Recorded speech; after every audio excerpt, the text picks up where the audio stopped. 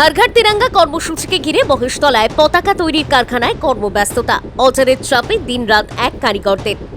প্রধানমন্ত্রী নরেন্দ্র মোদীর উদ্যোগে শুরু হওয়া হরঘর তিরঙ্গা কর্মসূচি আগামী 9 থেকে 17 আগস্ট দেশ জুড়ে পালিত হবে। স্বাধীনতা দিবস উপলক্ষে দেশের প্রতিটি নাগরিককে বাড়িতে জাতীয় পতাকা উত্তোলনের আহ্বান জানিয়েছে কেন্দ্র সরকার। এই ঘোষণার পর থেকেই দক্ষিণ চব্বিশ পরগনার মহেশতলার চন্দননগর এলাকার পতাকা তৈরির কারখানাগুলিতে বেড়েছে কর্মব্যস্ততা। সকাল থেকে গভীর রাত পর্যন্ত সেলাই মেশিনের শব্দে মুখর হয়ে উঠেছে কারখানাগুলি। কারিগরদের কথায় কর্মসূচি ঘোষণা হওয়ার পর জাতীয় পতাকার চাহিদা হঠাৎ করেই অনেকটা বেড়ে গেছে।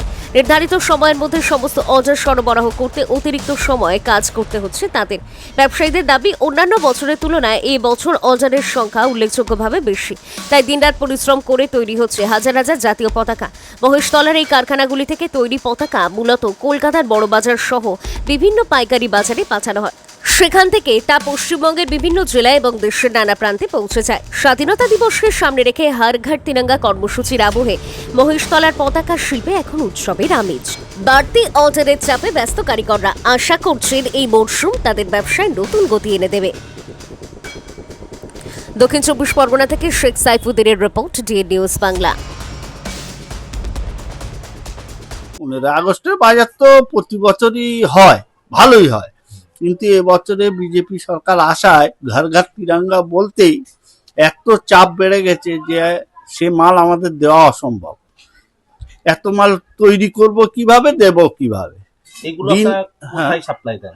এগুলো আমাদের সমস্ত জায়গায় চলে যায়, বড় বাজারে বিশেষ করে চলে যায়, সব বড় বাজারেরই অর্ডার। এগুলো কি পশ্চিমবাংলার বিভিন্ন প্রান্ত থেকে? সব জায়গায়, বড় বাজার থেকে আপনার সমস্ত জায়গায় চলে যায়। আপনার নাম? আমার নাম ফিরোজ মোল্লা। আপনি কারখানায় কতজন শ্রমিক কাজ করেন? হ্যাঁ, বিগত চাপ প্রচুর, মানে কি রাতের ঘুমও হারাম হয়ে যাচ্ছে, খাওয়া দাওয়াও হারাম হয়ে যাচ্ছে। মোদী সরকারের মানে ঘর তিরঙ্গার এই কথাটা বলার পর থেকে মানে চাপটা আর প্রচুর হয়ে যাচ্ছে, মানে রেস্ট টোটালি পাচ্ছি না। আপনি কাজের সঙ্গে কত বছর যুক্ত আছেন? আমি 12 বছর। আপনার নাম?